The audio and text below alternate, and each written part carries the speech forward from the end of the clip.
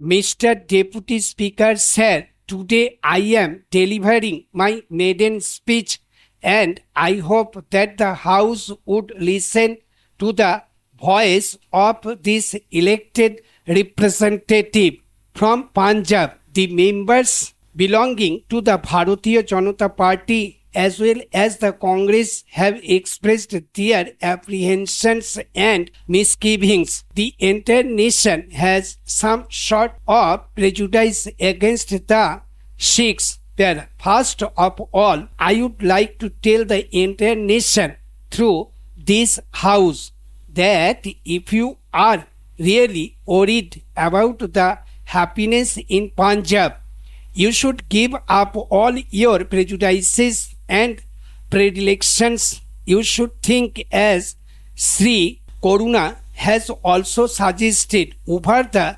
genesis of the Punjab problem.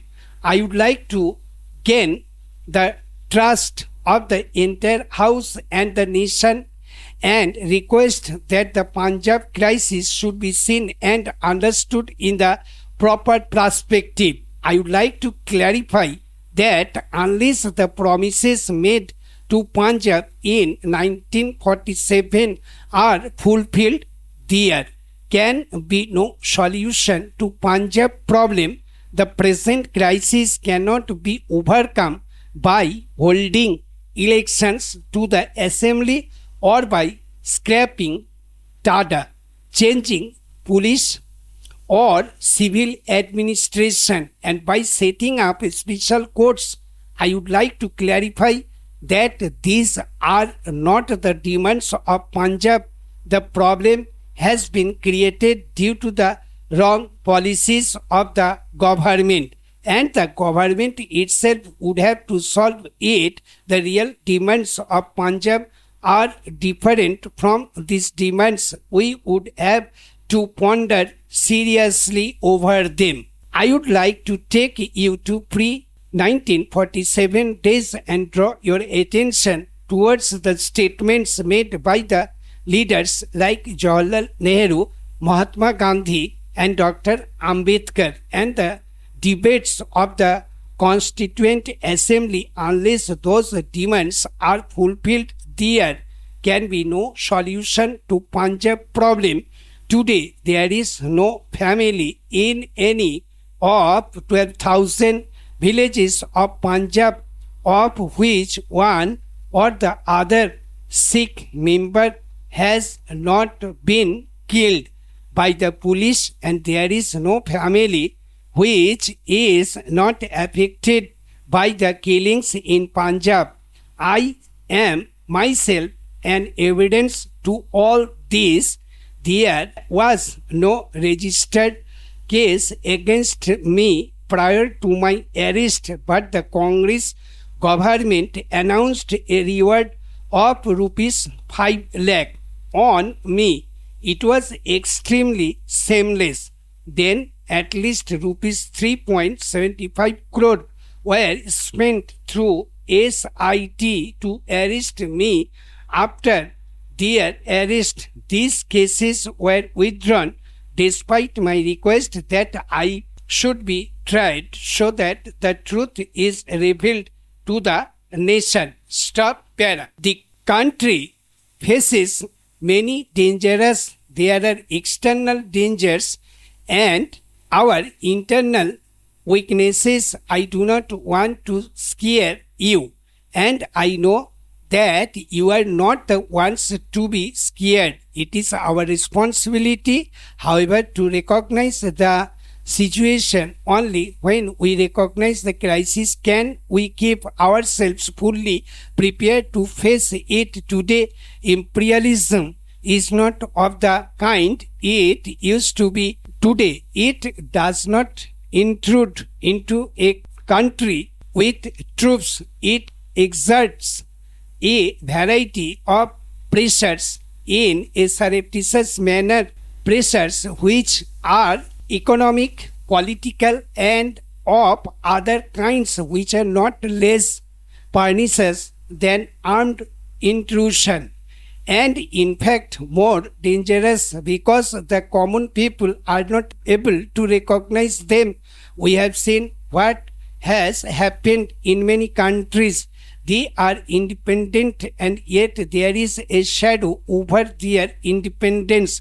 India does not want that. Our path is clear. We want to be self-reliant through democracy, socialism and non-alignment. Some say that we are teaching this way or that, but we take all our decisions keeping the interest of India in view as also the interest of world peace.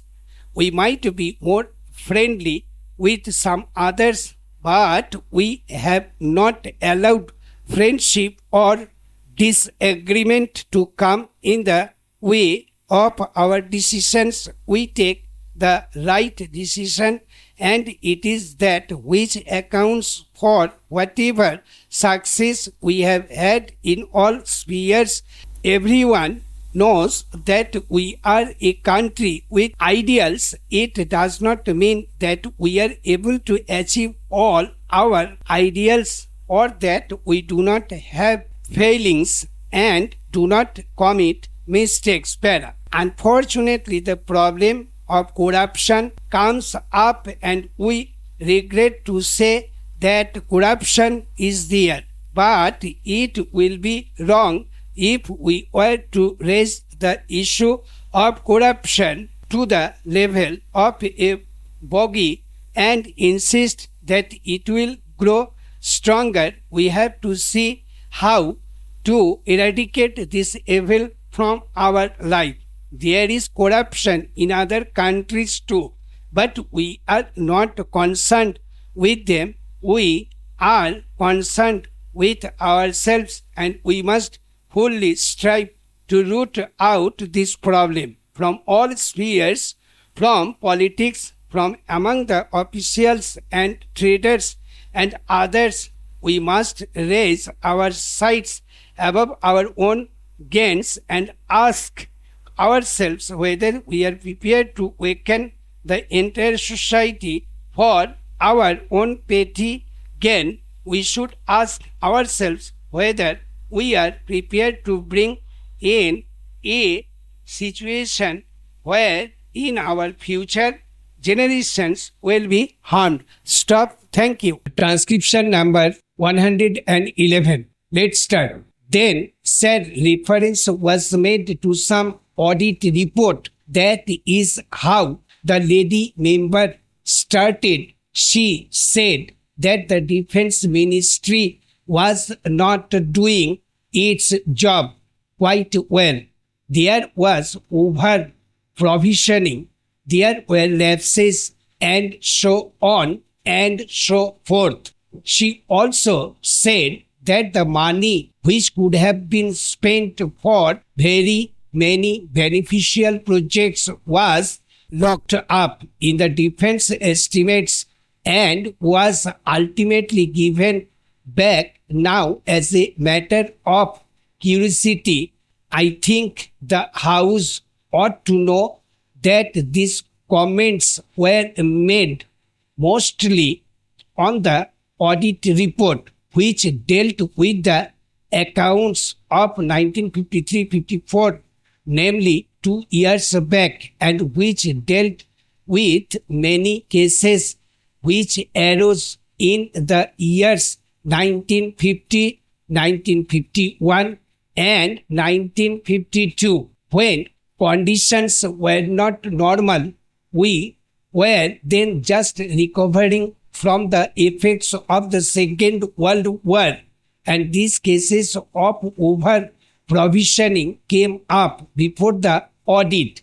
Now, these are the points which have been raised in this audit report. As you are aware, sir, there is a public accounts committee whose main function is to go into the details of all these matters and examine them. I am told that the Public Accounts Committee is at present engaged in the task of going into all these questions and taking steps to see whether the comments made by the Auditor General are satisfied or not, and whether there is a sufficient explanation forthcoming or not. The Public Accounts Committee has also got to devise the steps so that those irregularities should not occur, and there should be no over provisioning para. I may say one thing in passing because it will rather be tedious for me to take the House through the merits of each particular thing in detail.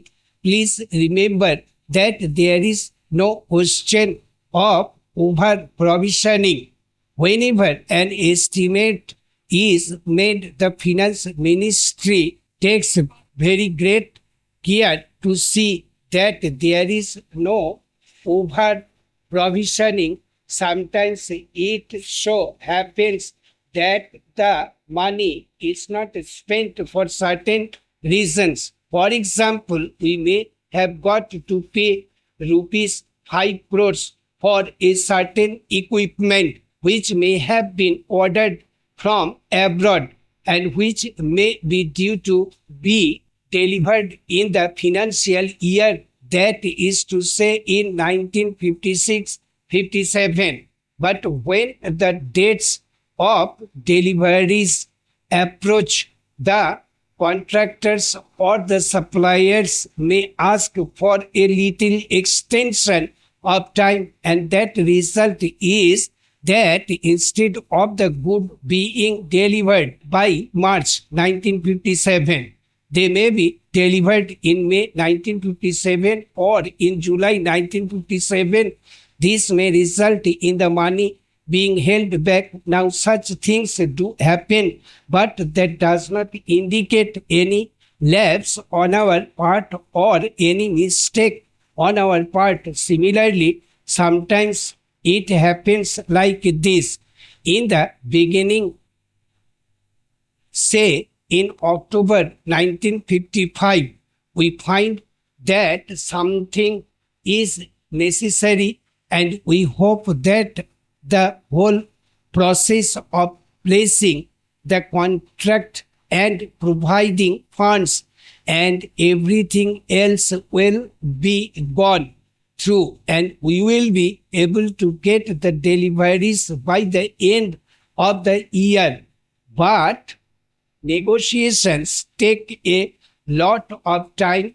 The contract is signed much later than we had imagined it would be signed, and the result is that the goods are not forthcoming by the end of the year, and the money is held back. So that may occur, but that does not indicate any fault or any deliberate over provisioning on the part of the Defense Ministry. It would be stupid to do so.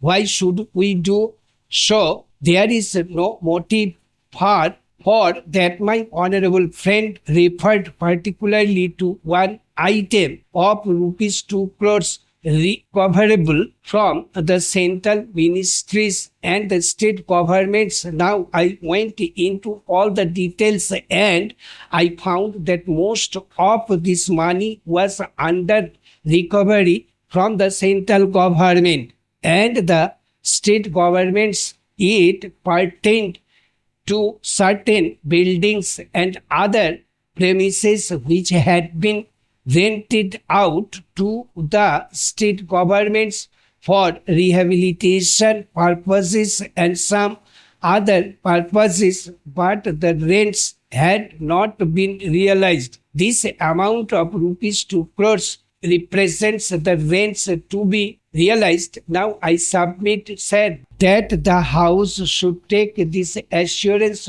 from me that we are most anxious to prepare our estimates as accurately as possible, and on the basis that the money estimated should be spent in the Defense Ministry. We have got a financial advisor who keeps a strict watch over these things. My honorable friend said that we were spending 50% as a matter of exactitude.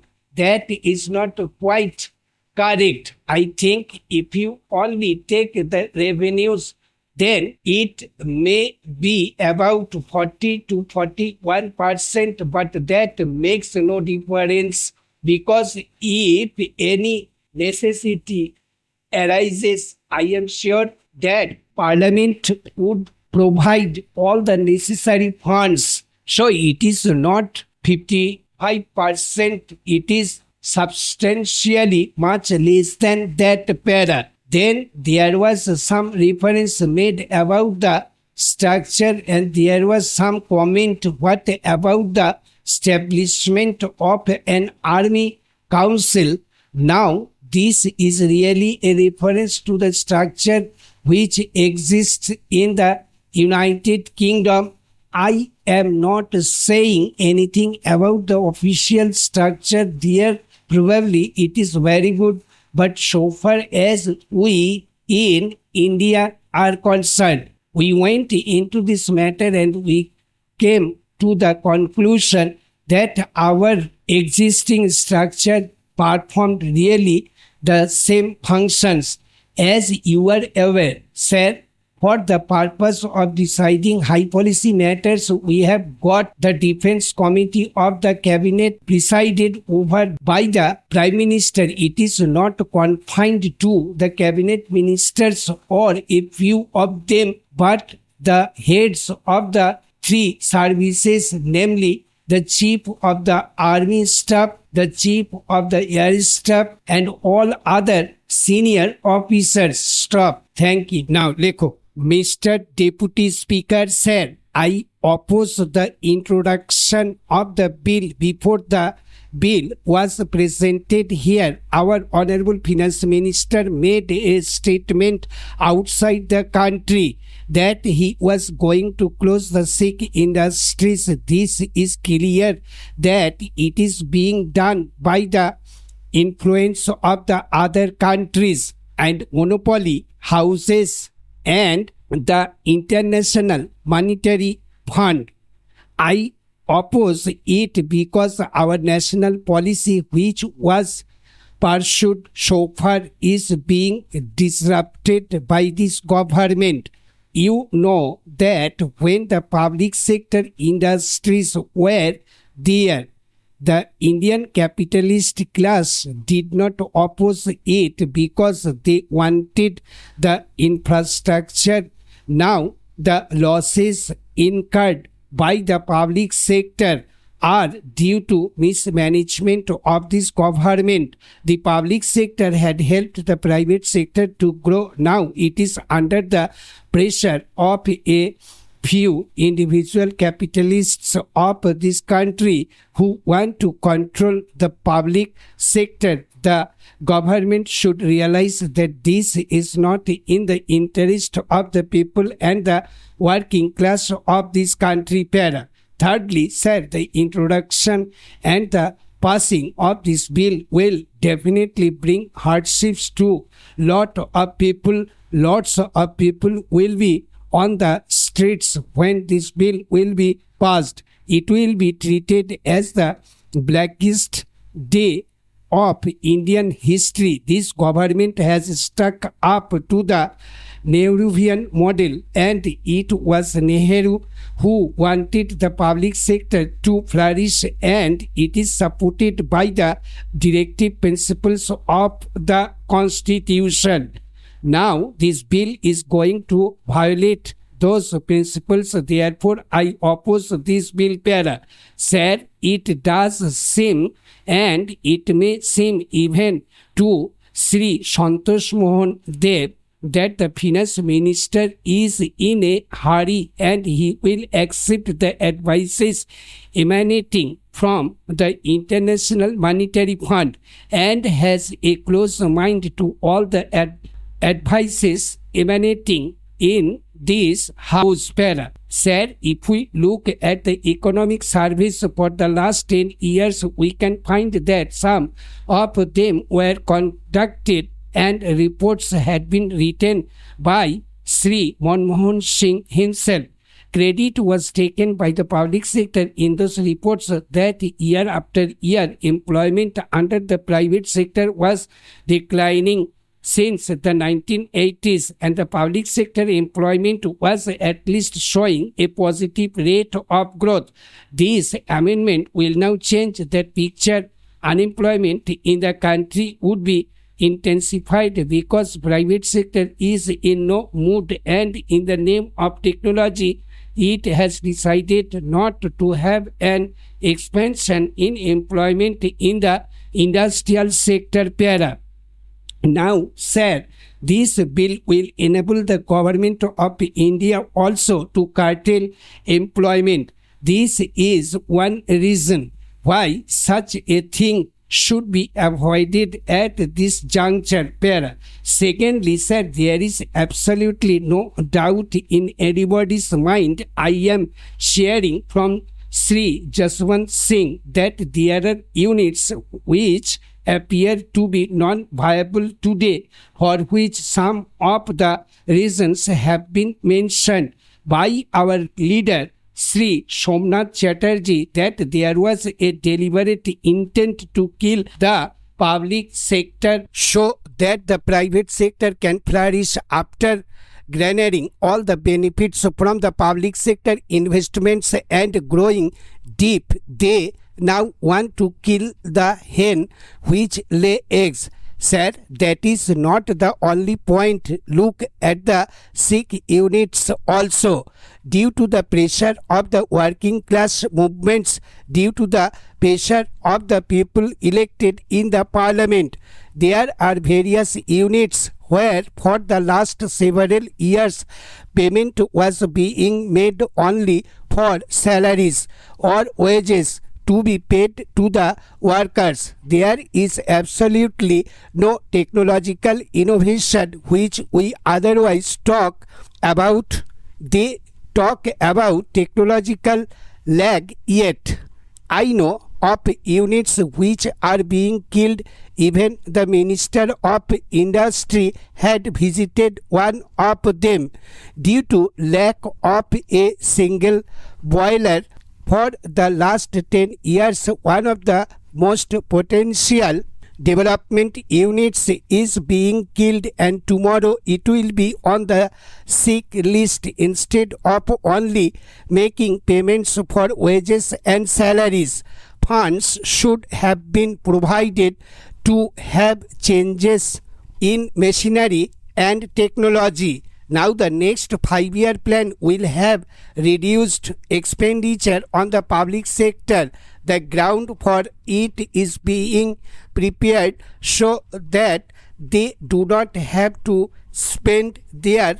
It may be closed. This must be working behind it para. Thirdly, we have demanded legislation on participation or workers in management, and in the list of business for this session there is a bill on workers' participation in management. Workers themselves are concerned. We know in several units including the Bharat Udyog Nigam, workers have positive suggestions to make with regard to change of machines, redevelopment of workmen and so on. But the management has refused to listen to them for two reasons. Firstly, that will mean that they are conceding apparently to the superior knowledge of the workforce whom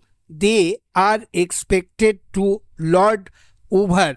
The other reason is that they want to satisfy their bosses by not asking them money for improvement of the industrial units. Stop. Thank you. Exercise 14. Let's start. As we enter the 9th plan, the country is poised at the threshold of a new era in economic development. It is therefore necessary that we approach the ninth plan without any hang up and with utmost frankness. What is the ultimate goals of plans and programs development, whose development, and what exactly do we mean by development?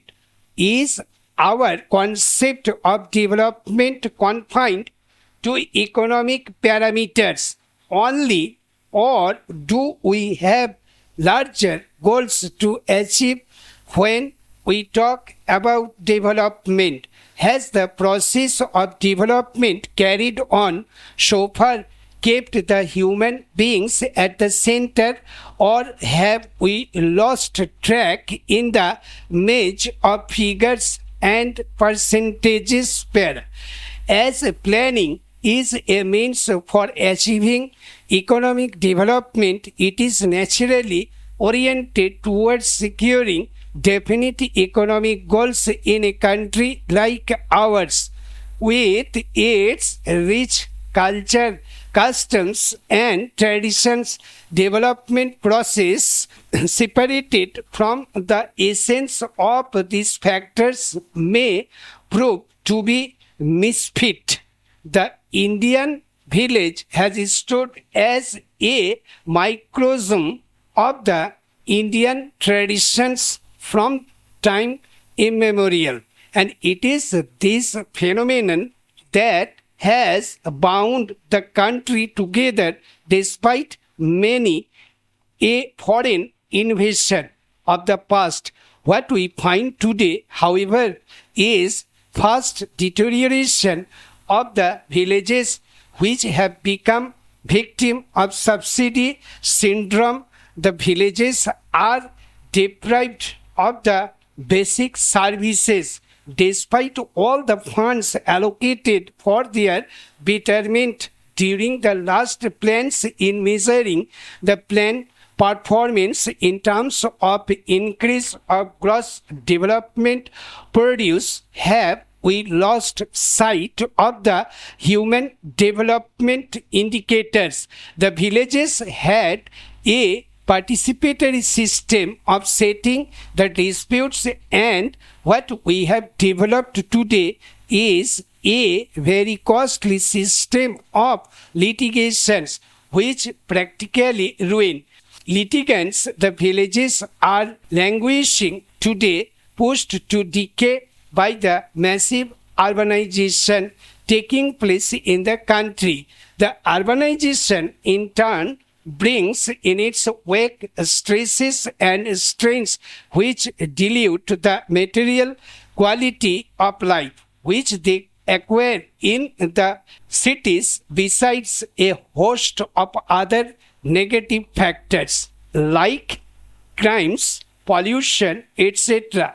haunt the urbanities. It is time we draw up a comprehensive strategy to prevent the unplanned urbanization taking place today. Should we not seriously deliberate as to what we mean by the development? No wonder we hear or read the criticism often that every new plan document is a copy of the earlier one. I feel that a common man, a human being, is forgotten, and even discussion about plan at such a highest level has slipped into a kind of routine. Targets are fixed in terms of figures and percentages. I think time has come to rethink and redefine our goal and plan strategies after a thorough reappraisal and revision of the practices that we have followed in the past. Admitting our mistakes will be the starting point for setting a new direction and building a refreshingly new development agenda. Para. It is not too late, even after almost 50 years of independence, to look back and review what was Indian culture, customs, and traditions. Customs, culture, and traditions that have bound India together in spite of onslaughts of various aggressions and foreign rule or inherited systems we have practiced in post-independence. India, what has happened to our villages? Today's villages are still superstitious and poverty-ridden and are engrossed in rivalry and groupisms bred by electoral politics. This was not the character of original Indian village. It was a self-reliant unit with a clean identity.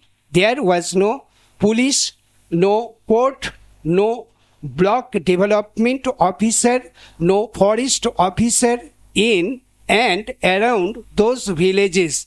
There were no railways, roads, airports, or market yards in and around those villages, and yet everyone in that village was a proud human being. They had their own interdependent activities and services wherein everyone, irrespective of caste, creed, and religion, was involved. That villager used to feel insulted when any kind of charity, alms, or aid was offered to him or her.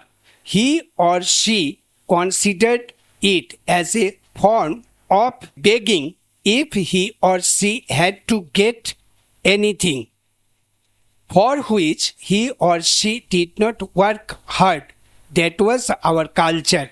What is the scenario today? There is deliberately fostered and ingrained subsidy culture all round, whether for bullock, plough, seed, fertilizer, water, housing, employment. The people do not seem to live on their own without the government subsidy. There are proliferating subsidy schemes vying with each other from center and states, each in the name of upliftment of the poor. Para. Time has come to ask a question: have we made Indians self-sufficient or crippled them, who in turn are habituated now to depend on subsidies? Para. I read in the approach paper that in spite of staggeringly massive aid plans, living standards of the poor have not improved, and that we have failed to involve the people at large, particularly the poor, to participate in the planning. We do not need to read approach paper to know what the ground realities are. Primary education, primary health care, safe drinking water, adequate nutrition have become the routine budget heads for allocating more and more funds. Stop. Thank you.